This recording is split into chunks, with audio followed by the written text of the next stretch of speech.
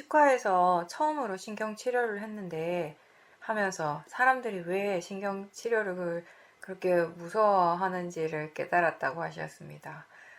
굉장히 강한 느낌이었고 그걸 느낌이라고 아무리 일깨워줘도 그 강한 느낌에 계속 끌려갔고 느낌 말고 또 무엇을 알 수 있을까라고 질문을 해도 효과가 없었다라고 했습니다.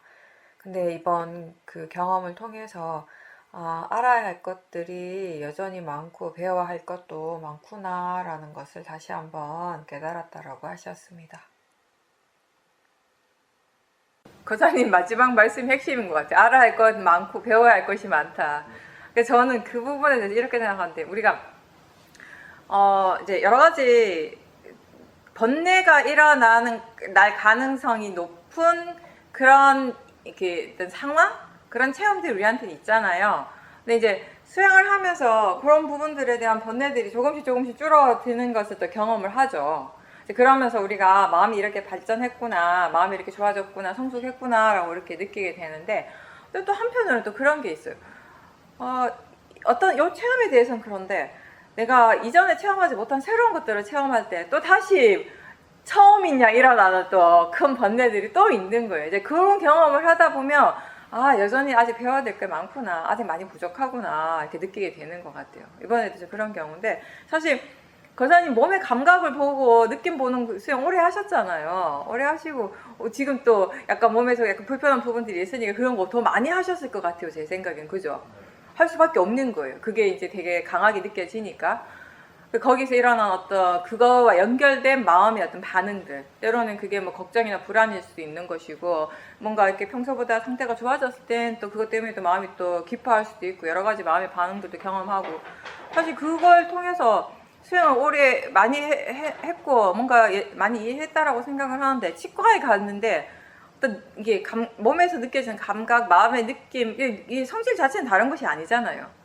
근데 마치 전혀 다른 것이냐, 완전 다른 것을 이렇게 만난 것이냐, 마음이 새롭게 느끼는 거죠. 그 새롭게 느끼는 것이 지혜가 아니라 사실 거기에 모아가 있는 거죠, 사실은. 그죠? 그래서 우리는 수행자 입장에서 뭔가를 이해했다라고 할 때 이해한 것에 대해서 너무 자만해서도 안 되는 것이고, 물론 너무 막 스스로를 비하할 필요도 없지만 항상 뭔가 이렇게 조심해야 되는 건 있는 것 같아요. 내가 많이 안다라는 생각은 항상 그건 자만심이고 그 또한 번뇌거든요. 병원에 가서 치료를 받는 거는 모든 사람들이 썩 그렇게 좋은 건 아니에요. 좋은 경험은 아닌데 그저 수행자 입장에서는 마음을 정말 너무 적나라하게 볼 수 있는 좋은 기회이긴 해요. 네, 저도 이제 최근 들어서 병원 갈 일이 좀 자주 있어가지고 가는데 별거 아닌 것 같은데 아무것도 아닌 것 같이 가는데 또 가만히 보면 긴장을 하고 있더라고요. 네, 이것도 마찬가지인데 병원을 진짜 잘 안 가던 사람이 진짜 오랜만에 병원에 가면 좀 더 긴장을 하고 조금씩 자주 가고 하다 보면 그것도 약간 좀 익숙해지면 확실히 덜 긴장하게 되는 것 같아요. 뭔가 이렇게 우리의 마음이 번뇌가 일어나는 일에 익숙해지는 거죠. 그러니까 뭐가 익숙해지는가 하면 번뇌에 익숙해지기보다는 그 상황에서 그 번뇌를 바라보는 수행에 익숙해진다. 이렇게 보면 될 것 같아요. 그러니까 그건 다시 얘기하면 여전히 그러면 우리는 수행할 줄 아는 지혜도 더 개발이 돼야 되는 거구나. 이것도 보여주는 거죠. 그러니까 여러 가지를 다 보여주는 거예요. 거기서 어떤 긴장감이라든지 불편한 마음이 일어난다라고 하는 것은 여전히 이런 몸의 감각 때문에 일어나는 도사, 이런 부분들이, 그런 번뇌들이 계속 일어나고 있다라는 거, 그런 번뇌에 대한 이해도 아직 부족하다라는 것이고, 동시에 그럼 수행할 줄 아는 지혜, 이런 부분도 아직 부족한 부분들이 있다라는 것이거든요. 이거 여담이긴 한데 많은 분들이 치과 가서 신경치료하는 거 진짜 싫어하시잖아요. 근데 저는 신경치료 진짜 많이 해봤거든요. 일반 병원 가는 것보다 치과 가는 건 아무렇지도 않아요. 저도 왜 그런지, 저는 솔직히 말해서 인터뷰하면서 처음에 이런 얘기 들었을 때 여러분들이 그런 말씀 하셨어요. 신경치료하는 거 너무 싫다. 그거 진짜 하기 싫다. 저는 솔직히 그게 왜 싫지? 약간 이런 느낌. 아무렇지도 않거든요. 가서 입 벌리고 있으면 되는데 아니 이게 제가 뭐 수행을 잘하는데 이 말이 아니라 그러니까 사람마다 다 다른 것 같아요. 다른 병원은 가서 제가 불안하기도 하고 그런 마음도 일어나는데 치과에 대해서는 그런 게 진짜 없는 것 같아요. 치과 가는 거에 대해서 단지 귀찮지, 시간이 많이 드니까 어떨 때는 신경 치료하면 막 거의 막 1시간 가까이 입 벌리고 있어야 되고 이런 경우인데, 근데 신경 치료하는 것 자체가 힘들다, 뭐 그게 너무 싫다라는 느낌은 가져본 적이 없는 것 같아요. 그러니까 사람 마음이 하게 판단하고 느끼는 게 다 다르기 때문에, 같은 그거라도 경험이라 하더라도, 그렇죠. 그러니까 모든 분들이, 저를 제외한 모든 분들이 진짜 싫어하시더라고요. 그래서 제가 그게 정말 싫은 건가? 이게 신경 치료가 진짜 힘든 건가? 왜 힘들죠? 그 소리 때문에 그런가? 기계 소리가 나고 막 그래서 그런가? 그게 중요한 게 아니고 여담이고, 제가 그냥 그게 생각이 나가지고 이런 인터뷰 내용 할 때마다 왜 나는 그게 아무렇지도 않지, 약간 이런 생각이 갑자기 들어가지고, 이제 중요한 거는 그거죠.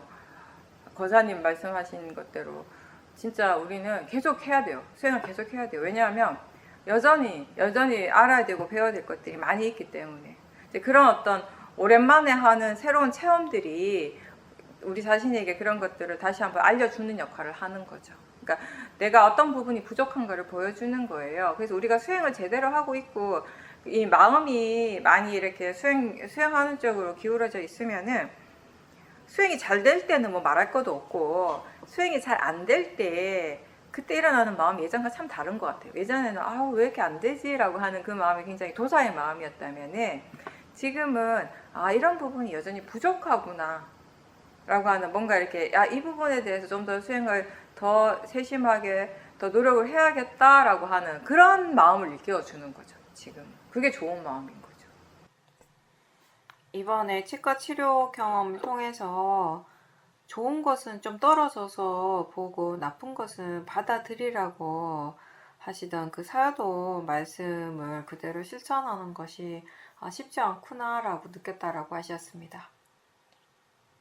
그쵸. 우리는 좋은 거는 절대 못 떨어지죠. 좋은 거는 딱 붙으려고, 안 좋은 건 어때요? 이렇게 밀어내려고, 안 보려고, 안 보인다, 안 들린다, 난 모르겠다, 이런 쪽으로 가려고 하죠. 근데 진짜 안 좋은 것일수록 우리가 그거를 받아들여야 되는데, 회피하는 거에 회피 기제가 먼저 더 이렇게 발동을 하게 돼 있거든요. 그러니까 그 마음을 먼저 봐야 되는 거죠. 거의 이제 이 자동적으로, 거의 막 오토매틱 탁 튀어나오는 그 마음의 반응이라는 것이 있잖아요. 좋아하는 것은 딱 붙잡으려고 하고, 근데 사실은 떨어져서 봐야 되는 것이고, 싫어하는 것에 대해서는 좀 더 이렇게 보고자 하는, 그거 좀 더 친해지려고 하는, 가까이서 보려고 하는 그런 마음이어야 되는데 딱 피해버리려고 하고, 해야 되는 것과는 반대로 가는 경우가 많죠. 그래서 좋아하는 것에 대해서도 수행이 잘 안 되고, 싫어하는 것에 대해서도 수행이 잘 안 되는 경우가 많은 거죠. 근데 둘 다 우리가 수행을 해야 되는 대상들인데, 어느 정도 수행을 하게 되면 싫어하는 것을 받아들이는 건 좀 해요. 어느 정도가 되면, 그렇죠? 이게 그냥 대상이다라고 하는 이해가 좀 생기게 되면. 사실은 근데 처음에는, 우리가 처음 수행을 할 때는 뭐가 뭔지 잘 모를 때는 좋아하는 걸 보는 것보다 싫어하는 대상을 보는 게 훨씬 어렵게 느껴지거든요. 좀 더 그게 더 어렵게 느껴지지 않나요? 근데 조금 더 지나면, 마음의 수행이 조금 익숙해지면, 그때는 어떤 느낌이냐면, 싫어하는 것을 보는 게 차라리 낫구나, 이게 좀 더 잘 되는구나, 좋아하는 것을 대상을 보는 게 이게 진짜 어렵구나. 이게 탐심과 진심의 차이잖아요.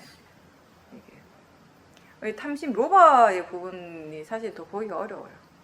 이게 좀 더 뭐랄까, 더 미세하고, 일단 마음 자체가 더 미세하고, 그리고 우리가 오랜 세월 동안 좋은 것은 좋다라고 믿어왔어요. 근데 그게 마음이 좋은 것인지 내가 좋아하는 것인지에 대한 구별을 못할 거죠, 우리가. 그러니까 지금까지 우리가 수행을 하기 전에 우리 좋아했다라고 하는 것은 거의 대부분 왜 내가 좋아하는 것이었어요. 좋다라는 표현을 양쪽에 다 쓸 수 있어요. 법에 대해서도 써요. 그렇죠? 좋은 마음, 좋은 법, 선법, 마음이 좋아진다 이렇게 쓰잖아요. 그때 좋다라는 표현하고 내가 좋아한다 할 때 좋다라는 표현은 같지만 의미가 같을까요? 완전 다르죠. 내가 좋아한다라고 할 때는, 내가 좋아하는 것이다라고 할 때는 그거는 번뇌예요. 탐심이에요. 근데 좋은 마음, 좋은 법, 이거는 뭐예요? 그건 탐심이 아니죠. 선법에 대한 거, 바르게 이해하고 바르게 아는 것이죠, 그거는. 그래서 수행을 하면 할수록 많은 대부분 수행자들이 느끼는 게, 이 화를 대상으로 보는 것보다 탐심, 로바를 대상으로 보는 게 좀 더 어렵게 느껴진다라고 얘기를 많이 하죠. 그리고 또 그런 거 있어요. 화는 아까도 얘기했지만 본능적으로 일어나는 걸 알면 딱 피하고 싶은 거예요. 도사에 대해서는, 싫어하는 거에 대해서는. 근데 탐심은 처음에는 그런 걸 못 느껴요. 못 느끼는데 마음을 좀 더 미세하게 보게 되면 그 밑바닥에 그 탐심의 마음을 대상으로 안 보고 싶어하는 마음이 있다는 걸 알게 돼요. 왜 그렇겠어요? 왜 안 보고 싶어 하겠어요? 그때 그 마음을. 계속 그 좋은 느낌을 느끼고 싶은 거예요. 내가 이거를 지켜보면은 이게 사라질 것 같은 거예요. 그게 싫은 거예요, 그때는. 네, 그런 미세함들이 또 있죠. 네. 여러 가지 마음들이 일어나요. 하나의 탐심에 그것과 함께 일어나는 딸려오는 부수적인 건 아니지만 그 탐심이 조건이 돼서 일어나는 정말 많은 여러 가지 마음들이, 미세한 마음들이 있거든요. 네, 그런 마음들을 우리가 정말 제대로 볼 수 있어야지, 볼 수 있는 만큼 다 봐야지, 아, 탐심이란 것이 이런 거구나에 대한 이해를 하게 되는 거죠. 그거는 도사에 대해서도 마찬가지고. 문득 꼭두각시라는 생각이 들었다라고 하셨는데요. 왜냐하면 번뇌가 강하면 번뇌가 이끄는 방향으로 그냥 가고 번뇌의 생각을 하게 되고, 또 반대로 지혜가 강하면 지혜가 옳다고 생각하는 방향으로 가는 것을 계속 지켜보면서 그런 생각이 들었다라고 하셨습니다. 네, 나라고 하는 것은 꼭두각시라는 거죠. 아무것도 내가 결정할 수 있는 것이 없고, 내가 뭔가를 이렇게 주관을 하는 것도 아니고, 그쵸? 나라고 하는 것은 그냥 우리의 관념 속에 있는 것이고, 실제로 일어나는 것은 뭔가를 좋아하는 마음이 있는 것이고, 싫어하면 싫어하는 마음이 있는 것이고, 좋아하는 느낌이 있고, 싫어하는 느낌이 있고, 생각이 일어나고 있고, 거기에 따른 그 물질들이 함께 일어나고 사라지고 하고 있는, 그게 전부인 거죠. 그러니까 보살님께서 이렇게 말씀하셨듯이 이쪽의 마음이, 선법의 마음이 더 강하면 불선법은 그냥 약해지는 것이고, 그 선법을 따라가게 되는 것이고, 불선법이 더 강하면 그 불선법을 따라가게 되는 거, 그게 곧 자연적 이치잖아요. 그죠? 그 자연적 이치를 이해하는 것이 곧 무아를 이해하는 것이고요. 이게 나라고 생각하는 것이 진짜 나라는 것이 있어서가 아니라, 그거는 관념적인 표현일 뿐이라는 것. 실제로 일어나고 있는 것은 아까 얘기한 것처럼 이렇게 그러니까 마음과 물질들이 일어나는 거. 그러니까 마음과 물질이 일어난다라고 하는 건 그런 고유한 현상들이, 고유한 작용들이 계속 일어나고 사라지고 있다라는, 그게 우리에게 있는 실제고, 그게 사실은 전부라는 거죠. 근데 예전에는 나라고 하는 것이 있다라고 믿었던 거죠. 그래서 나라는 것이 있기 때문에 생각하는 것도 나고, 말하는 것도 나고, 보는 것도 나고, 좋아하는 것도 내가 좋아하는 거고, 싫어하는 것도 내가 싫어하는 것이고. 그렇게 하다 보니까 거기에서부터 내가 좋아하는 것에 대해서 우리는 더 막 이렇게 집착을 하게 되는 것이고요. 싫어하는 것에 대해서 아까도 얘기했지만 자꾸 외면하고 피하려고 하고, 더 도사가 더 강하게 일어나게 되는 것이. 그러니까 생각을 바르게 하지 못하면, 그러니까 견해가 바르지 못하고 생각을 바르게 하지 못하면, 탐심이 있으면 그 탐심을 계기로 해서 토대로 더 큰 탐심이 일어나요. 화가 있으면 그 화를 조건으로 해서 더 큰 화가 일어나는 것이에요. 근데 생각을 바르게 하면, 견해가 바르면 어떻게 달라집니까? 탐심이 있으면 그 탐심이 점점 약해질 수 있어요. 화가 있으면 그 화를 계속 지켜보면서 그 화가 점점 약한 방향으로 가게 되는 거죠. 견해가 바르기 때문에, 견해가 바르게 지켜보기 때문에 반대의 방향으로 가는 거죠. 그래서 수행을 하는 것은 번뇌와는 반대 방향으로 가는 게 맞죠. 우리가 경험을 하고 있잖아요. 근데 수행을 하지 않는다면 어떻게 돼요? 수행을 하지 않으면 번뇌가 가는 쪽으로 가고 있어요, 이미. 그래서 마음이 항상 수행을 하도록 항상 노력을 해야 되는, 주의를 기울여야 되는 것이에요. 어쨌든 대부분의 사람들의 마음의 가속도는 수행 쪽보다는, 선법 방향보다는 번뇌 쪽으로 더 기울어져 있기 때문에 더 많은 노력을 해야 되는 거예요. 더 많은 노력을 해야 되는데 사실은 사람들이 노력을 덜 하는 경향이 많죠. 번뇌 에너지가 얼마나 강한지 우리가 느끼잖아요. 그 번뇌를 거슬러 가려고 한다면은 정말 이 선법의 힘을 충분히 개발을 시켜서 지금까지는 반대 방향으로 갈 수 있으려면은 정말 우리가 노력을 많이 해야 되는 것이거든요. 적극적인 노력을 많이 해야 되는 것이죠. 근데 아까도 얘기했지만 재미가 없어요, 처음에는. 이게 사티의 가속도 어느 정도 생기기 전까지는 재미가 없는 거예요. 재미가 없고, 그리고 또 저는 그렇게 생각해요. 가장 큰 그 이유 중에 하나는 도대체 내가 이걸 왜 해야 되는지 모르겠어요. 그게 느껴지면 하는데, 그쵸? 아니, 저 같은 사람, 특히 더 그런 것 같은데, 이렇게 약간 좀, 뭔가 내가 납득이 돼야 되는 사람. 뭘 하더라도 내가 논리적으로 아까, 그게 개똥 같은 논리라도 어쨌든 이게 필요한 거예요. 뭔가 내가 납득될 수 있는 뭔가가 필요한 거예요. 뭔가 맹목적이면 안 돼. 누가 막 이게 이렇게 하는 게 좋다더라라고 하면 일부러 반발심이 생겨. 제가, 이게 사람의 성향이 다 다르잖아요. 옛날에 10대 때, 10대 때, 20대 초반에도 이렇게 출가하기 전에도 그랬던 것 같아요. 모든 사람들이 다 이거 좋다 그러면 반발심이 생기는 거야. 나 그거 안 해. 나 그거 안 봐. 약간 이런 마음. 근데 이제 이게 제가 제 경험을 바탕으로 얘기를 해보면 저는 이게 굉장히 힘들었어요. 도대체 이걸 왜 해야 되지가 납득이 안 되는 거. 그 과정이 저한테는 가장 힘든 시간이었던 것 같아요. 그러니까 마음이 뭐랄까 이 추진력이 안 생기는 거예요. 이거 도대체 왜 해야 되는지 모르면서 하니까. 이게 신심이 강한 과들은 그게 처음에 잘 돼요. 신심의 힘으로 가는데 신심이 약한 과다 보니까 그게 잘 안 생겨가지고 저는 제 개인적으로는 그게 좀 힘들었던 것 같은데 이제 사티의 가속도가 생기고 사티의 가속도가 일단 생겨야지 수행을 해서 이런 이점이 있구나. 수행이 이런 게 정말 좋은 거구나를 느끼게 되거든요. 그때부터. 그러니까 다른 사람이 말을 해서가 아니라 스스로 느끼는 거죠. 와, 이래서 수행을 해야 되는 거구나를 느끼는 순간들이 이제 그때부터 생기는 거죠. 그러면 납득이 됐잖아요. 어느 정도. 그럼 이제 그때부터 심리적으로 덜 힘들어요. 마음이 좀 덜 힘들게 조금 편안하게 수행을 하게 돼요. 이게 사람마다 다르겠지만 어쨌든 저는 그게 좀 많이 힘들었었어요. 제가 스스로 이걸 왜 해야 되는지 모르고 하는 그 시간들이. 그때 지나고 보면 어쩔 수가 없는 거예요. 그냥 하는 수밖에 없는 거, 그 시간들도. 왜냐하면 처음부터 납득이 될 수는 없잖아요. 그러니까 저는 이렇게 쇼맨 방법이 되게 좋다라고 생각하는 게 그 시간들을 뭘로 이제 이렇게 채우냐면은 많이 듣는 거예요. 좋은 말씀을. 들으면 또 좋거든요. 좋은 말씀이잖아요. 얼마나 좋은 말씀 많이 하세요. 와, 어떨 때는 진짜 사도 법문 듣다 보면 와, 어떻게 저런 말씀을 하실 수가 있지? 막 감동받고 막 그러잖아요. 감탄하고, 그죠? 그게 또 한동안 이렇게 마음에 힘이 돼주는 거예요. 네, 그런 식으로 이제 수행을 하는 거죠. 그래서 제가 아까 본문에도 얘기했지만 그 포인트가 되게 중요한 것 같더라고요. 사티가 이어지고 그러면서 이래서 수행을 하는 거구나. 수행이 이런 부분들이 수행의 좋은 점, 이익이구나. 이게 수행의 가치구나를 이해할 때 그때부터 우리의 수행이 좀 이렇게 차원이 달라질 수 있게 되는 거죠. 수행하는 마음의 질이 바뀌는 거죠. 그 전까지는 그냥 해야죠. 저는 모르겠어요. 다른 방법이 있는지. 그 전까지는 그냥 좋은 말씀 많이 듣고 법문 많이 듣고 많이 읽고 하면서 나의 부족한 부분을 그런 다른 사람의 지혜로 채워나간다라고 생각을 해야 될 것 같아요. 내 빈 것을 채운다라는. 그것마저도 아니면은 그냥 흐지부지 돼 버리거든요.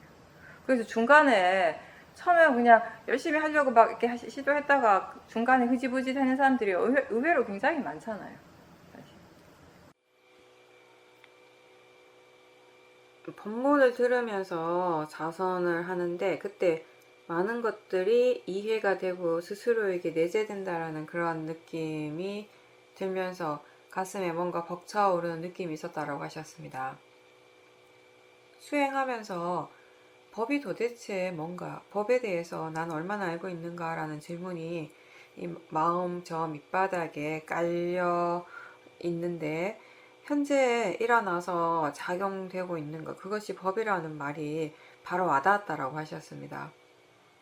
그래서 지금 현재 있을 수밖에 없다는 사실이 더 각인이 됐다라고 하셨어요. 어느 날 이제 딸 부부가 늦어서 늦게까지 손자를 돌보고 있었는데 손자와 함께 누워 있으면서 몸의 불편함을 계속 관찰했다라고 하셨습니다. 별로 방해받지 않고 와선을 계속 할 수 있었고 이제 딸 부부가 돌아온 후에 뭔가 분위기가 굉장히 안 좋았는데 둘 사이에 갈등이 있는 것 같았는데 이제 본인은 크게 신경 쓰지 않고 집으로 돌아와서 자선을 계속 이어갔다라고 하셨고요. 딸 부부에 관한 생각들이 문득문득 일어나고 마음이 일어났지만 그냥 그걸 계속 지켜보고 대상으로 관찰했다라고 하셨습니다.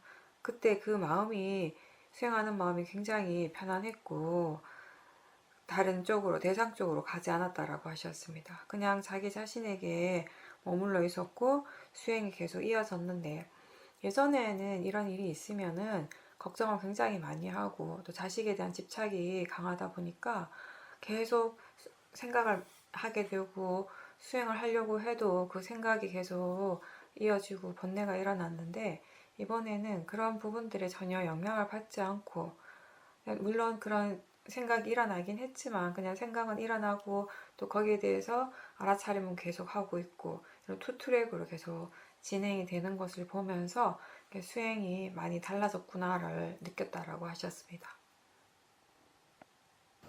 우리가 마음의 힘이 좋을 때의 특징 중에 하나가 다른 사람의 변화에 별 영향을 안 받아요. 그래서 힘이 좋은 마음에 대해서 표현할 때 하나가 항상 안정감이 있다 그러잖아요. 뭐 밖에 어떤 게 일어나도 별로 마음이 동요하지 않는다. 휩쓸려가지 분위기에 쉽게 말해서 분위기에 휩쓸려가지 않아요. 마음의 힘이 약하면 그게 너무 자주 일어나죠. 그러니까 힘든 거예요. 내가 뭔가를 이렇게 좀 마음을 편안하게 이렇게 고요하게 하고 싶어도 금방 여기저기 휩쓸려 가버리잖아요. 근데 마음의 힘이 있으면 마음의 힘이라고 하는 건 결국 오력의 힘이고 그 중에서도 지혜의 힘이 좋을 때 가장 이제 그게 이제 효과적으로 이제 나타나게 되는 것인데 예전 같으면은 가족이 그렇게 안 좋아 보이면 관계가 안 좋아 보이고 두 사람 사이에 문제가 있고 이러면 내 마음속 이미 번뇌가 일어나는 거죠. 근데 그 번뇌를 또 제대로 보지 못하기 때문에 그때는 또 이런 번뇌의 생각들에 끄달려가는 거예요. 그러니까 집에 혼자 와 있어도 계속 마음은 계속 거기에 온통 매여 있는 거예요. 집에 있지를 못하고 나 혼자 있지 못하고 계속 왜 그랬을까라고 생각하고 결국에는 참지 못하고 또 전화해서 물어보기도 하고 이게 화를 대상으로 보느냐 아니면 뭔가 이렇게 걱정하는 마음 그렇게 생각하는 마음들을 대상으로 보느냐 아니면 그냥 화에 끄달려 가느냐의 차이인 거죠. 근데 이제 지금은 어떤 상황에서든지 그 일어나는 마음들을 조금 불편함이 있어도 그런 불편한 느낌이라든지 이런 것들에 대해서 바로바로 그냥 대상으로 지켜볼 수 있는 것이잖아요. 그 힘이 이제 충분히 갖춰져 있기 때문에 예전처럼 그렇게 다른 사람의 번뇌에 이끌려가지 않는 거예요. 다른 사람의 번뇌에 이끌려가는 이유는 결국에는 관념적으로 일어나는 그런 생각들의 내용에 계속 따라가기 때문에 또 그런 것이거든요. 실제로 그 두 사람 사이에 어떤 일이 벌어지는지 나는 몰라요. 모르는데 우리 마음이라고 하는 것이 난 몰라라고 생각하지 않아요. 아는 것처럼 생각해요.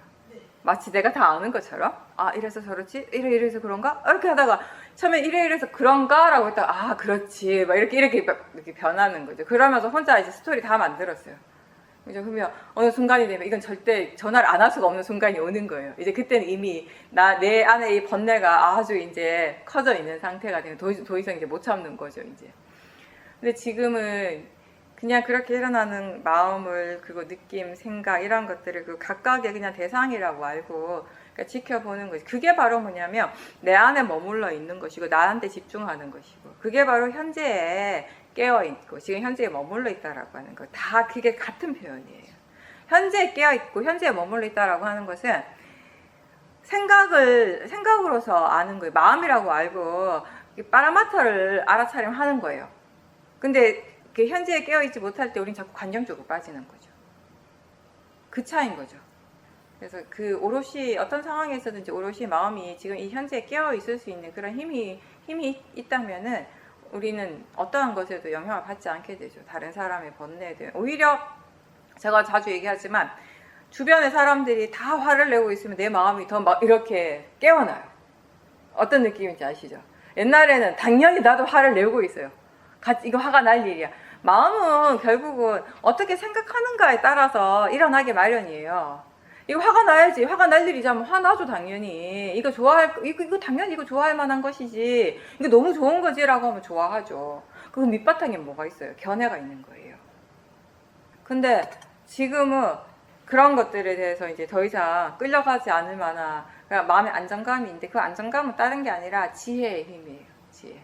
이게 바르지 않는 생각이라고 아는 지혜고 이건 그냥 마음이라고 생각하는 마음이라고 아는 지혜고 그 내용을 믿지 않는 그 지혜 이런 것들이 다 함께 이렇게 일어났고 그런 지혜들이 함께 작용을 했기 때문에 아무렇지도 않을 수 있었던 거지. 그 번뇌에 같이 휩싸이지 않을 수 있었던 거지. 오히려 더 수행을 잘할 수 있었던 거지. 그 덕분에 보살님 집에 오셔가지고도 마음이 아주 깨어 있을 수 있었어요. 왜냐하면 수행을 했으니까 마음이 수행해야 될 너무 분명한 이유들이 있었기 때문에. 그래서 내 주변에 모든 사람들이 막 화를 내고 있으면 옛날에는 같이 막 화를 내는 게 당연한 거였지만 지금은 오히려 마음이 더 또렷또렷해지는 거예요.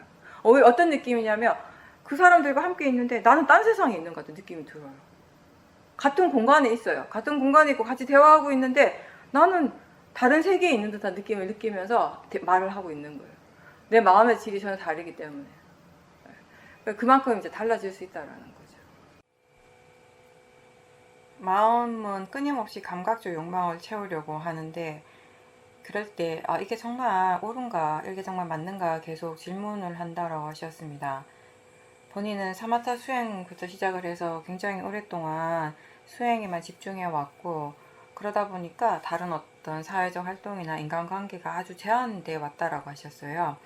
최근에는 수행하다 가끔 마음이 좀 한계가 느껴지거나 지루할 때 누군가를 만나고 싶은 그런 마음도 드는데 지리적으로나 여러 가지 상황상 사람들을 만나기가 좀 어렵고 그런 마음이 일어날 때 뭘 원하는지 뭘 바라고 있는지 질문하면서 그런 마음들도 지켜본다라고 하셨습니다. 최근에 경제적으로 좀 어려워졌는데 마음의 힘이 그래도 예전보다 훨씬 좋아져서 이런 상황들 속에서도 힘들지 않게 잘 지내고 있다라고 하셨습니다. 본인을 이렇게 돌아보면 요즘 삶에 대해서 깊어지고 굉장히 진지해지고 고요함도 많이 느껴지는데 또 그런가 하면 수행에 대해서는 여전히 불만족스러움이 자주 일어난다라고 하셨습니다. 그럴 때도 질문하면서 그 마음들을 계속 지켜보고 있다라고 하셨습니다. 함께 수행하는 도반하고 그래도 법에 대해 만나서 대화하고 하는 건 수행하는 데도 도움이 되기도 하는데 그렇죠. 근데 워낙 그런 부분들 자체를 완전히 단절을 하고 살아왔고 이제 약간 그런 마음이 일어났는데 그러고 나니까 지금 되게 멀리 떨어져 있어서 혼자서 이제 다른 지역에 이렇게 사시다 보니까 만나려고 그래도 뭐 너무 머니까 이제 그런 상황이니까 뭐 어쩔 수 없죠. 마음을 이제 보셔야죠. 근데 이제 그게 수행을 하다가 보면 가끔씩 뭔가 이렇게 환기시키고 싶은 마음이 들 때가 있어요. 그게 어떤 마음인지 한번 잘 보세요. 거기에 또 혹시 번뇌가 있지 않은지 이런 부분들도 잘 보시고 가끔 수행하다가 약간 지겹다라는 생각이 들고 뭔가 환기가 필요하다라고 느낌이 들 때가 있긴 있거든요. 그럴 때 이렇게 환경을 좀 바꿔주면 마음의 환기가 돼서 수행이 또 잘 되기도 해요. 잘 되기도 하는데 사실은 그게 궁극적인 해결책은 아니긴 하죠. 뭔가 이게 수행이 지겹다라고 느껴진다면 거기엔 어떤 식으로 번뇌가 있다라는 것이니까 저는 보살님의 살아오신 그 경로를 알기 때문에 가끔씩 사람들을 만나서 법에 대한 얘기를 하는 것도 좋다라고 생각을 해요. 보살님은 그런 것들도 이제 예전에 저 한참 이렇게 수행할 땐 그렇더라고요. 같이 수행하는 스님들하고 수행 얘기를 하게 되면 그게 또 이제 수행하는데 좀 힘이 되기도 하고 근데 어느 순간부터는 그게 옛날만큼 그렇게 막 진지하게 하지는 않게 되는 것 같아요. 특별하게 이제는 그때만큼 막 얘기할 거리가 별로 없어요. 그때는 진짜 진지하게 얘기했어요. 와 진짜 이게 세상에서 가장 중요한 얘기처럼 느껴지고 막 엄청난 얘기처럼 느껴져가지고 우리가 하고 있는 이 말들이 막 너무 막 신나고 재밌게 제가 그때 얘기했잖아요. 막 스님들하고 막 밤새면서 막 얘기했다고 차 마시면서 우리가 농담으로 야 지금 남들이 뭐 진짜 웃긴다 하겠다고 술도 아니고 찻잔 하나 갖다 놓고 밤새 얘기한다고 막 네. 그 법에 대해서 얘기하는 게 그때 너무 재밌더라고요. 서로 막 비교하고 본인이 이해한 것을 얘기하고 막 이런 부분들이 재밌었는데 지금은 그런 것들을 내 안에서 찾으려고 하는 것 같아요. 결국 다 답을 옛날에는 나한테 좀 미진한 부분들, 부족한 부분들을 다른 사람을 통해서 얻는 재미가 또 있었어요. 솔직히 말해서. 아 그렇지라고 아 그렇구나라고 하는 그런 게 있었는데 이제는 그런 거가 다 그냥 내 안에서 스스로 찾으려고 하는 쪽으로 바뀌어가지고 예전하고 좀 다른 것 같아요. 뭐든지 결국은 답은 여기서 나온다라고 생각하기 때문에 그래서 법에 대한 얘기를 하더라도 옛날처럼 그렇게 뭐 엄청 진지하게 하는 것 같지는 않아요. 오히려 더 가벼워진 것 같고 네, 그런 차이는 있는 것 같습니다. 네. 외부적인 바깥의 상황이 힘들고 그래서 아마도 남편분께서는 여러 가지 스트레스 많이 받으시니까 그게 본인도 모르게 밖으로 표출될 수 있잖아요. 화로서 이제 표출되는데 예전에는 이제 보살님도 그 영향을 받으니까 같이 또 화를 내기도 하고 또 그게 싫어서 막 피하기도 하고 그러셨겠지만 지금은 말씀하신 대로 마음에 힘이 많이 생겼다라는 걸 스스로 느끼시는 거죠. 상대가 그렇게 해도 거기에 대해서 내가 화가 나지 않는 거예요. 오히려 그 화의 마음이 왜 일어나고 또 어떻게 하는가에 대해서 많이 알고 있으니까 그냥 굉장히 받아들일 수 있는 거죠. 포용해 주는 거죠. 네, 그러면서 거기에서 오는 행복감이 또 있는 거죠. 나는 나 나름의 안정감과 행복감을 느끼게 되는 것이죠. 한쪽에서는 본인도 스스로 그게 조절이 안 돼서 화를 내요. 화를 내지만 본인도 알거든요. 본인이 잘못했다는 거. 왜냐하면 보살님이 뭔가 잘못한 것이 없는데 화를 낸 거잖아요. 본인의 그게 주체가 안 돼서. 근데 그런 상황에서 상대가 같이 화를 내면 내가 잘못했어라는 생각은 쑥 들어가 버려요. 그러니까 똑같이 그 상대를 계속 더 막 이렇게 탓하게 되는 거예요. 더 큰 화가 나는데 내가 그걸 받아주지 않고 그냥 수용을 하면 그 상대방도 아는 거예요. 이게 그 사람한테 낼 화가 아니라는 것을 내가 스스로 잘못했다라는 걸 느끼게 되면서 그러면 이제 화의 에너지가 약해질 수 있는 거죠. 그럼 좋은 영향을 받는 거죠. 상대방이. 한동안 수행을 하지 못하다가 이제 다시 마음을 잡고 열심히 하려고 하는데 자꾸 이런 생각이 든다라고 하셨습니다. 예전에 수영할 때는 지금보다 사태 힘이 훨씬 더 좋았고 마음의 질이 좋았는데 라는 그런 부정적인 생각이 자꾸 일어난다라고 하셨습니다. 예전 언제랑요? 그래서 내 생각에 내가 이 얘기 예전에도 했는데 수행자 이런 말 진짜 많이 하거든요. 아, 내가 한동안 수행을 좀 게을리 했더니 수행이 좀 예전보다 못하다 이렇게 얘기하는데 내가 그래서 좀 생각을 해봤어요. 저런 이렇게 얘기를 많이 들으니까 저의 또 과거도 이제 돌이켜보고 사람들을 이제 얘기하는 거 보니까 사람들은 항상 비교할 때 내가 수행이 정말 잘 됐을 때랑 비교하는 것 같아요. 맞죠? 내 기억 속에 있는 수행을 내가 제일 잘했을 때 비교를 하는 거예요. 본인도 모르게 거기에 뭐가 있냐면 내가 수행을 제일 잘했을 때 내가 느끼기에 수행이 정말 잘 됐다고 느낄 때 그때 기억이 있고 더불어서 그게 내 거라고 생각해요. 그거 아닌 거는 내 게 아니라고 생각하는 거예요. 뭔가 잘못됐다라고 생각하는 거예요. 그게 맞다라고 딱 정해놨어요. 그게 문제인 거죠. 이제 그게 맞는 게 아니거든요. 맞는 게 없잖아요. 그냥 그때 마음의 조건이 그런 거지 맞고 틀림의 문제가 아니잖아. 이건 맞고 이건 잘못된 거가 아닌데 우리는 은연중에 그렇게 판단하고 있다라는 거예요. 그러니까 비교도 할 수 있죠. 당연히 비교하는 건 항상 마음이 그렇게 하니까. 근데 그 비교 밑에 그게 있는 거예요. 예전에 잘했을 때 그게 맞는 거고 지금 잘 안 되는 거 잘못된 거야. 이게 뭔가 문제야. 근데 그때는 그때의 마음의 조건이고 지금은 지금의 마음의 조건이야 라고 생각하는 것이 바르게 생각하는 거죠. 그렇게 생각할 수 있을 때 우리는 지금의 마음이 어떻게 일어나더라도 그걸 대상으로 받아들이게 되는 거죠. 그게 힘들어요. 자꾸 막 생각하고 그때로 지금 못 돌아가죠. 왜냐면 마음의 조건이 완전 다른데. 근데 그 대신에 못 돌아간다는 의미가 뭐냐면 잘 될 수가 없다 이 얘기가 하는 게 아니라 그때보다 더 잘 될 수도 있는 거예요. 그때와 똑같이는 안 될 거예요. 근데 그때보다 훨씬 더 잘 될 수도 있는 거예요. 지금의 마음의 조건을 바꾼다면. 수행은 조건을 바꾸는 거잖아요. 그러니까 지금 일어나는 것에 불만족스러워하지 않고 자꾸 과거를 회귀하려고 하지 않고 그거는 마음이 자꾸 과거로 가는 거잖아요. 현재에 머물러 있지 않고. 좀 더 현재에 머물러 있으려고, 현재에 깨어 있으려고 계속 노력하다 보면 그 과거의 기억은 이제 사라지게 돼요. 왜냐하면 지금의 마음이 그때보다 훨씬 더 좋으니까. 그렇게 되는 거죠. 저번에도 내가 얘기했지만 그 본인의 성향이 있잖아요. 그거가 항상 숙제예요. 그거 잘 봐야 돼요. 마음이 없는 거. 그냥 이래도 좋고 저래도 좋고 이렇게 해도 편안하고 저래도 괜찮아. 이게 저번에 얘기했지만 지혜도 그렇긴 한데 약간 이게 모아의 성향이거든요. 그러니까 지혜하고 모아하고 때로는 종이 한 장 차이예요. 그거 조심해야 돼요. 그러니까 지금 보살님이 이 정도도 괜찮아 편안해 할 때는 모아가 주로 많이 그러거든요. 그거가 항상 숙제예요. 그러다 보니까 그게 모아의 마음이니까 지혜가 아니라 차이점이 뭐냐면 마음이 활발하지가 않은 거예요. 지혜는 이것도 괜찮아, 이것도 받아들일 수 있어라고 하지만 굉장히 활발한 상태예요. 뭐든지 다 대상으로 보기 때문에 활발한 상태인데 지금은 괜찮아 하고 안 봐요. 그래서 그 차이인 거죠. 마음이 자꾸 이렇게 게을러지려고 하는 거죠. 그 에너지가 강한 거죠.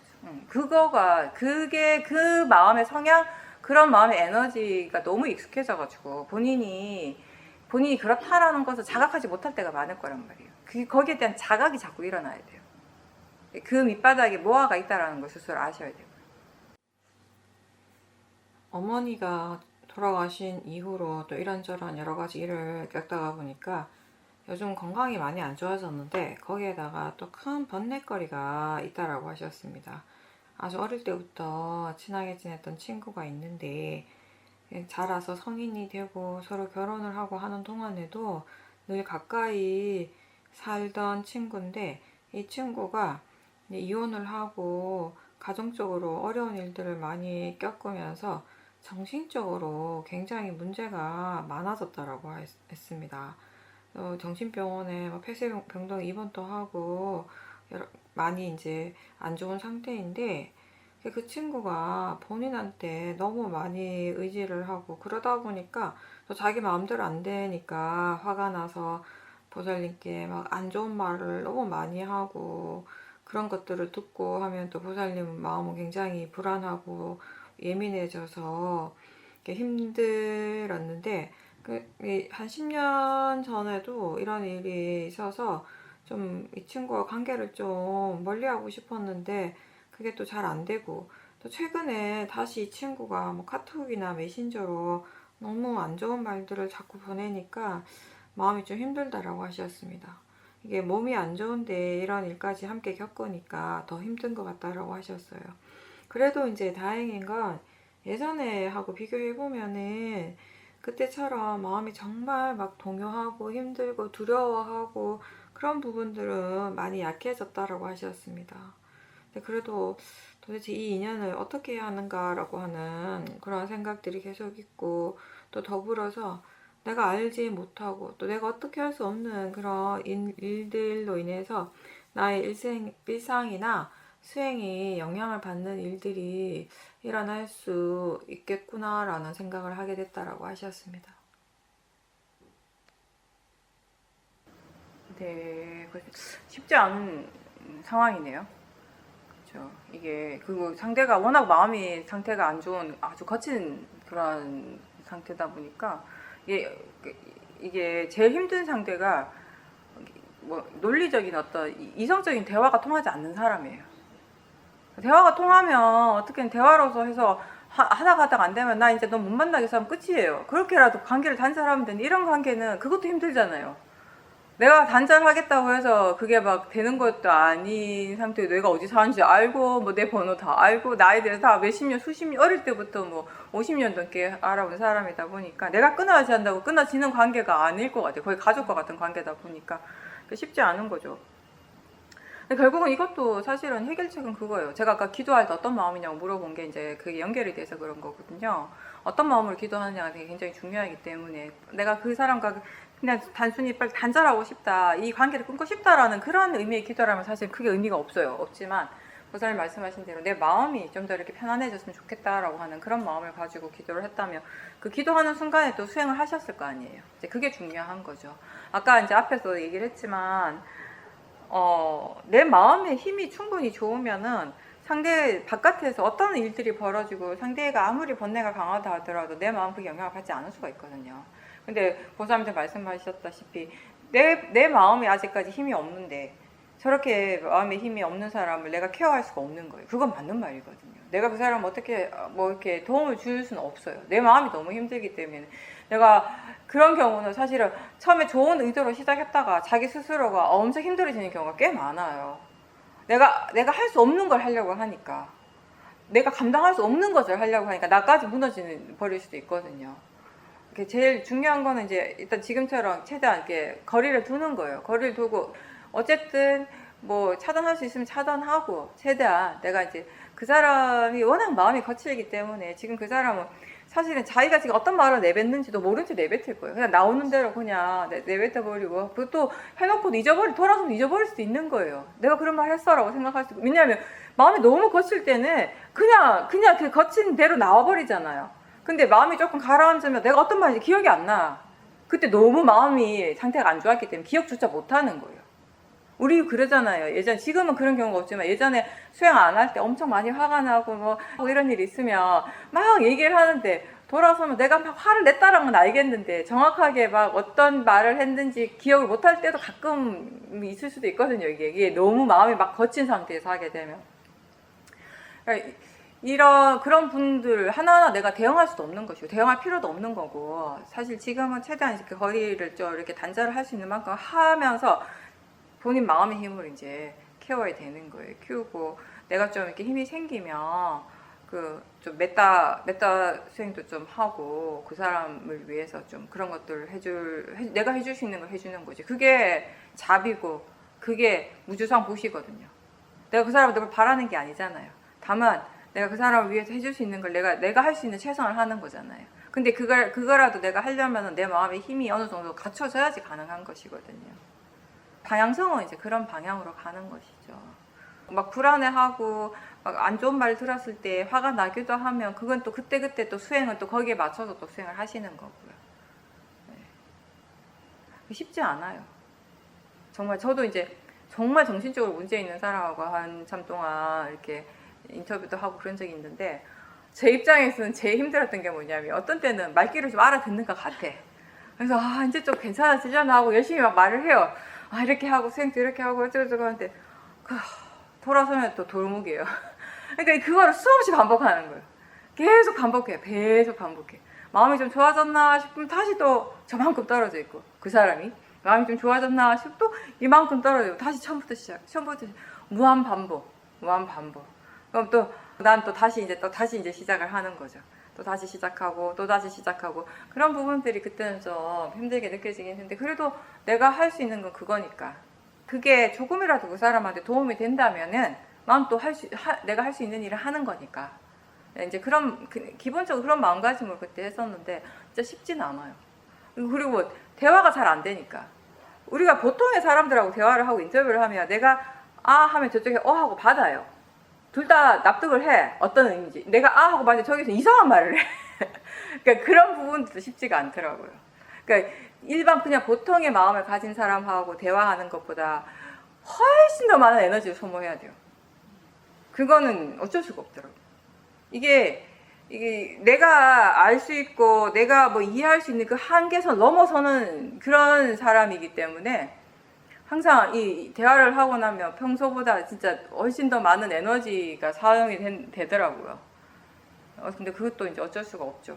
내가 그렇게 해야 된다면 또 하는 것이니까. 다만 내가 너무 힘들게까지는 할 수 없는 거죠. 적정한 선에서. 그리고 또 내 마음의 힘을 계속 키워가면서 해야 되는 것이고요. 안타까우니까. 본인이 그렇게 살아야 되는 그 사람 얼마나 힘들겠어요. 얼마나 고통스럽겠어요. 지금은 웬만하면 그 사람하고 이렇게 이제 거리를 두는 게 지금은 최선이에요. 아니 우리도 막 협박도 받고 막 그랬어요. 뭐 단맛을 불태운다 그러고 되게 심각한 정신적인 문제가 있는 사람이라 가지고 그래서 밤에 잘 때 막 문 닫아가고 그렇게 하긴 했는데 그런 분들이 그렇게 말을 엄청 거칠게 하더라고요. 실제로 근데 그렇게 할 수 있는 능력도 없고 용기도 없는데 사실은 겁이 많아요. 그런 사람들이 보면 본인 스스로 되게 약하다는 걸 아니까 더 막 이렇게 과시하는 것도 있고 그런 것 같더라고요. 산책을 나갔는데 길 입구에 전기 자전거가 세워져 있어서 사람들이 다니기에 굉장히 불편해했고 그걸 보면서 마음에 화가 강하게 일어났다라고 하셨습니다. 그래서 본인이 그 자전거를 옆으로 치우고 이제 산책을 했는데 그때 기분이 아주 좋아졌다라고 하셨어요. 본인이 한 행동에 대해서 마음이 아주 뿌듯했고 이제 이 일에 대해서 다시 이렇게 생각을 해보면서 본인의 그 마음의 성향이 좋아하는 것에 대해서는 너무 좋아하고 싫어하는 것에 대해서는 또 강하게 싫어하는 그런 부분이 있다라는 것을 느끼게 됐다라고 하셨습니다. 그리고 수행을 꾸준하게 열심히 하려고 노력하는데 여전히 수행에 대한 탐심이 너무 강해서 힘을 굉장히 많이 주게 되고 그러다 보니까 몸이 힘들고 아프고 마음도 역시 힘들다라고 하셨습니다. 그게 계속 지속이 되니까 너무 힘들고 피곤하고 해서 또 결국에는 졸게 되고 지금은 그런 마음과 몸과 마음의 진행들을 최대한 탐심 없이 지혜로서 알아차리려고 노력은 하는데 그래도 여전히 탐심이 일어나고 있다라고 하셨고요. 그때 그 마음이 힘들어하는 것을 계속 지켜보려고 노력한다라고 하셨습니다. 네, 수행에서 항상 제일 문제가 되는 건 탐심이에요. 결국 거사님께서는 이제 계속 그 탐심을 대상으로 지켜보는 걸 꾸준하게 하셔야 되는 거죠. 그 탐심이 줄어들고 탐심이 없으면 그 몸과 마음이 막 이렇게 힘이 들어가고 이렇게 고통스러운 건 자연스럽게 사라지게 되는 것이거든요. 탐심의 마음 때문에 그런 것들이 그렇게 이제 일어나고 느껴지는 것이니까 탐심이 있다라는 것을 계속 알아차림 하셔요. 계속 지켜보고 하면서 점점 그 탐심이 약해질 수 있도록 이제 그렇게 이제 수행을 하시면 되는 거고, 그 일상에서도 다 마찬가지고 집에서 혼자 수행하실 때도 마찬가지예요. 그렇죠?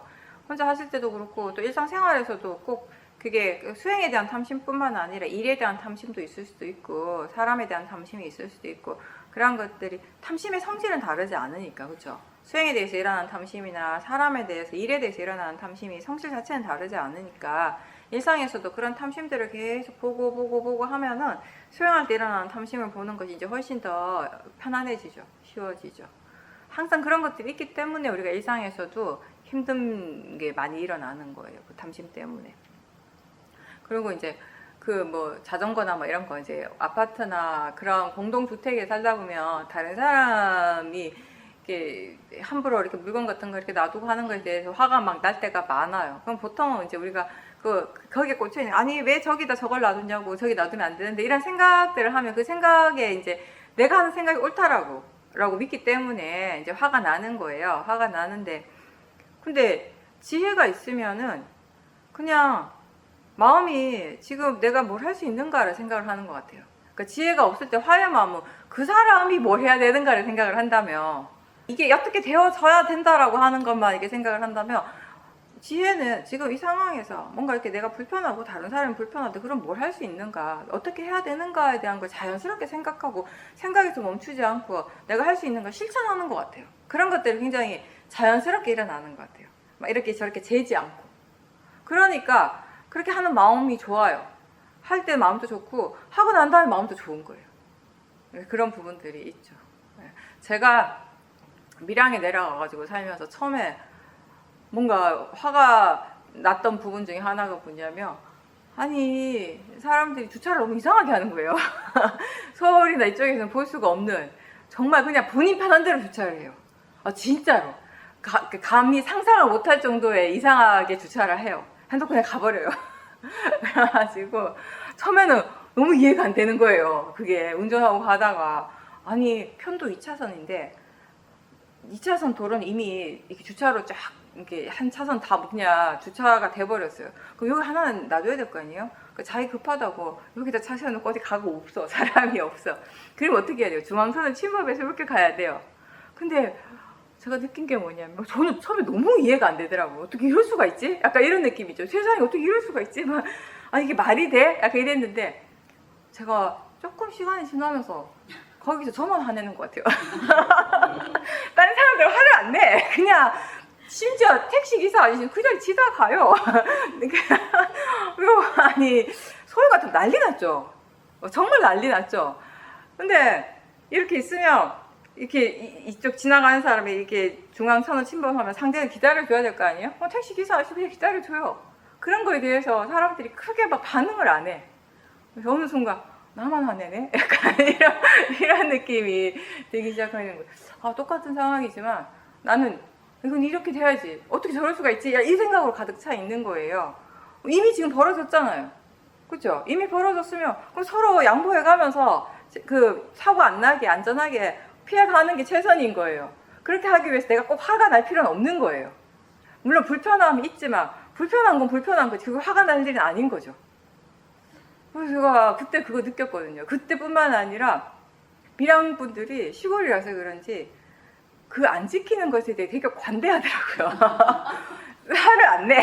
또 나만 내고 있어. 나만 이러면 안 되지라고 하는 게 전 너무 강하더라고요. 나는 이미 그게 딱 갇혀 있는 거예요. 그게 나한테는 정립이 딱 돼 있는 거예요. 여기 이 상황은 이렇게 되어줘야지. 이건 저렇게 되어줘야 되는 거지. 이게 맞는 거지. 물론 그 공중 도덕적인 면에서 보면 어떤 것이 옳고 바른 건 있겠죠. 있지만 그게 내가 화가 나는 일은 아니잖아요. 화를 안 내고도 화를 내거나 화를 안 내거나 일을 해결하는 건 똑같더라고요. 서로 배려하면서 해야 되는 건 똑같아요. 그럼 상대는 화를 안 내고 하고 나만 화를 내니까 누구한테 더 손해인 거예요? 나만 손해인 거죠. 네, 그런 것들을 처음에 초반에 좀 여러 번 느꼈던 것 같아요. 그러니까 예전에 제가 그 얘기 했잖아요. 유튜브에서 어떤 조그만 애기가 피아노를 막 쳐요. 치는데 지 맘대로 막 두들겨. 그러니까 얼마나 엉망진창이에요. 완전 불협화음이잖아요. 그러니까 우리가 듣기에는 너무 시끄러운 소리인데 이 애기는 너무 즐거운 거야. 너무 이렇게 지가 피아노를 치면 되게 막 좋아하더라고요. 되게 즐거워하는 거예요. 그러니까 이 아이는 화음이니 뭐 이런 거 없어. 기준이 없어. 나는 이미 그게 있어. 내 귀는 내 마음은 어떤 것이 음악이라고 하는 게 정해져 있는 거예요. 내가 그때 그거 느꼈거든요. 쟤는 너무 즐거워하는구나. 저렇게 엉망으로 치는데 너무 듣기 좋아하는구나. 너무 막 행복해하면서 막 치는 거예요. 지가 그게 귀에 거슬리면 그렇게 그런 행복한 표정을 지울 수가 없잖아요.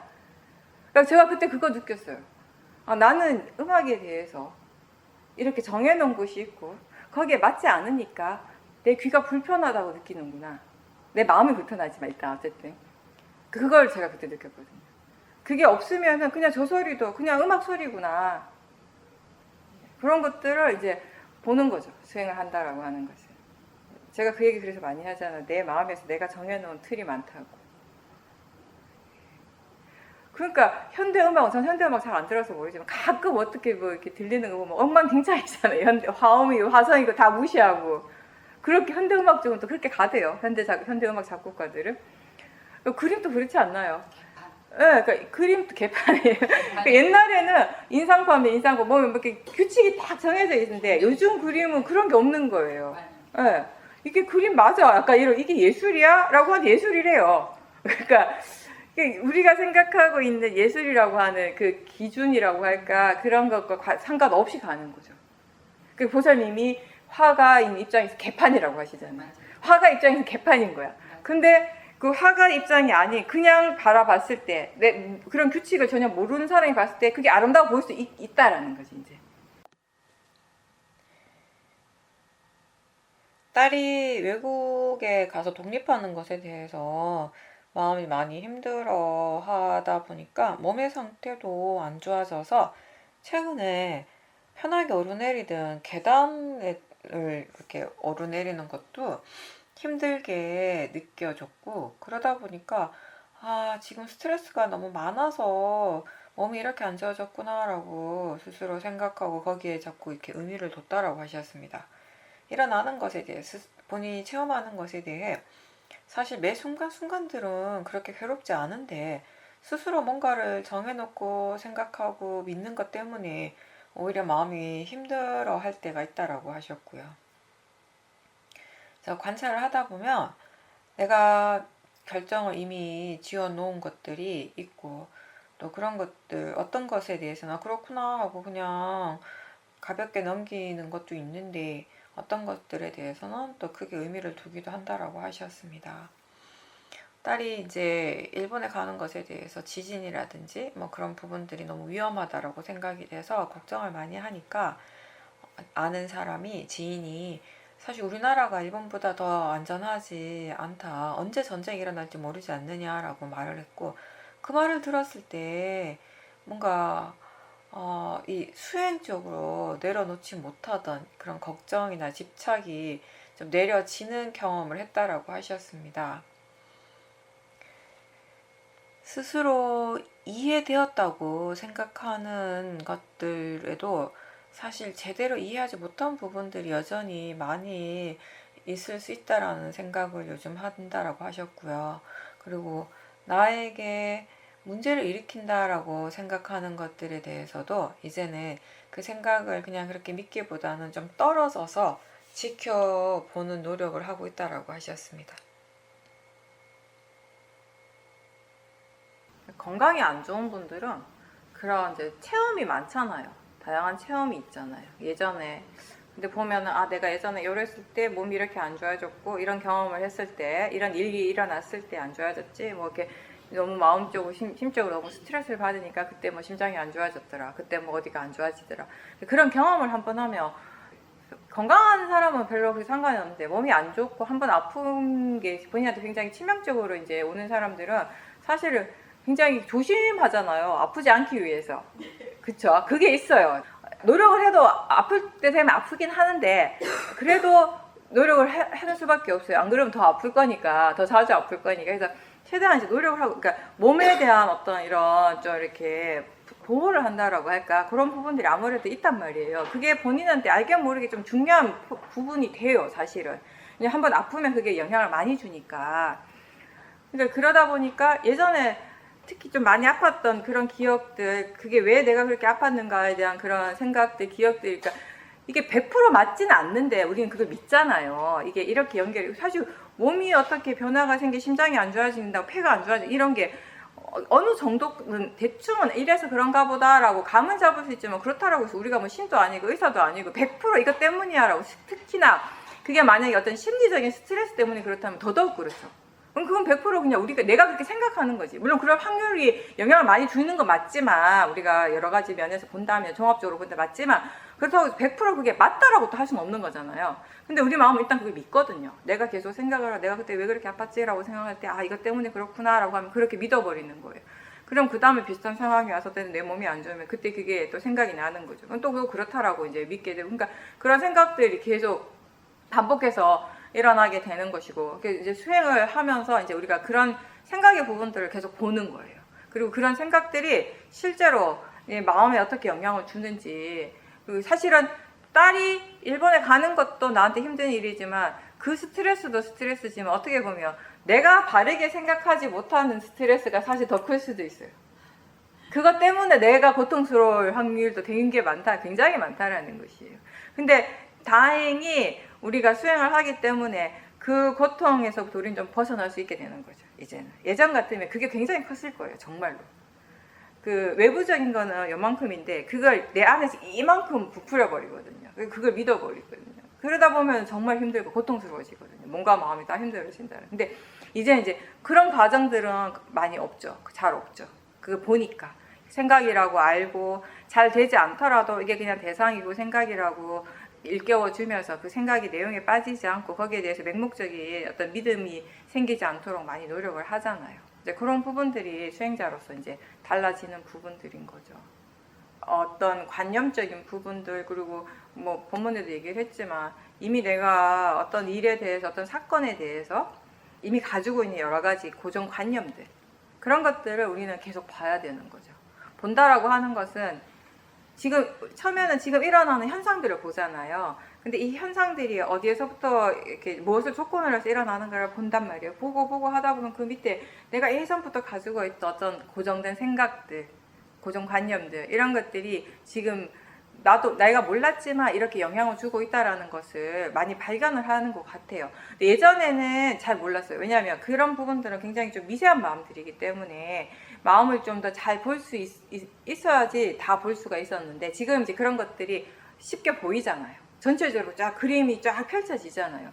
그렇기 때문에 내가 왜 이렇게 고통스러운가에 대한 원인과 결과를 예전보다 훨씬 더, 사실 어떻게 보면 좀 더 분명하게 정확하게 알게 되는 거예요. 그래서 어떤 누구의 탓을 하지 않게 되는 거예요. 예전 같으면 이게 어떤 한 사람으로 탓을 했다면 지금은 그 사람의 탓이 아니라 내 마음에서 이런 것들이 일어나고 있었고 이런 과정들의 결과구나 라고 그렇게 받아들일 수 있게 되는 거죠. 네, 그런 부분들이 이제 그게 그렇게 보는 게 사실 지혜가 보는 거예요.